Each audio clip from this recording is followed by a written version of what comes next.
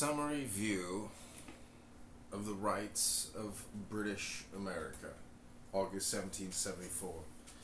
The legislature of Virginia happened to be in session in Williamsburg when news was received of the passage by the British Parliament of the Boston Port Bill, which was to take effect on the first day of June then ensuing.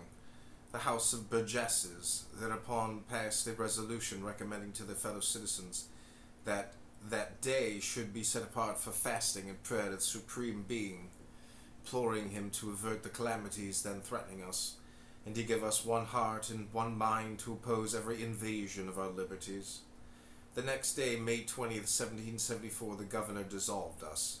We immediately repaired to a room in the Raleigh Tavern, about 100 paces distant from the Capitol, formed ourselves into a meeting, Peyton Randolph in the chair, and came to resolutions declaring that an attack on one colony to enforce arbitrary acts ought to be considered an attack on all, and to be opposed by the united wisdom of all. We therefore appointed a committee of correspondence to address letters to the speakers of the several houses of representatives of the colonies, proposing the appointment of deputies from each, to meet annually in a general congress, to deliberate on their common interests, and on the measures to be pursued in common.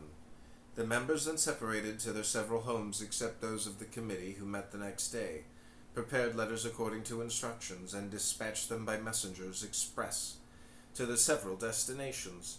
It had been agreed also by the meeting that the burgesses, who should be elected under the writs then issuing, should be requested to meet in convention on a certain day in August, to learn the results of these letters, and to appoint delegates to a congress, should that measure be approved by the other colonies. At the election, the people re-elected every man of the former assembly as a proof of their approbation of what they had done. Before I left home to attend the convention, I prepared what I thought might be given in instruction to the delegates who should be appointed to attend the General Congress proposed. They were drawn in haste with a number of blanks, with some uncertainties and inaccuracies of historical facts. When I neglected at the moment, knowing they could be readily corrected at the meeting, I set out on my journey, but was taken sick on the road and was unable to proceed. I therefore sent on by express 2 copies, one under cover to Patrick Henry, the other to Peyton Randolph, who I knew would be in the chair of the convention. Of the former no more was ever heard or known.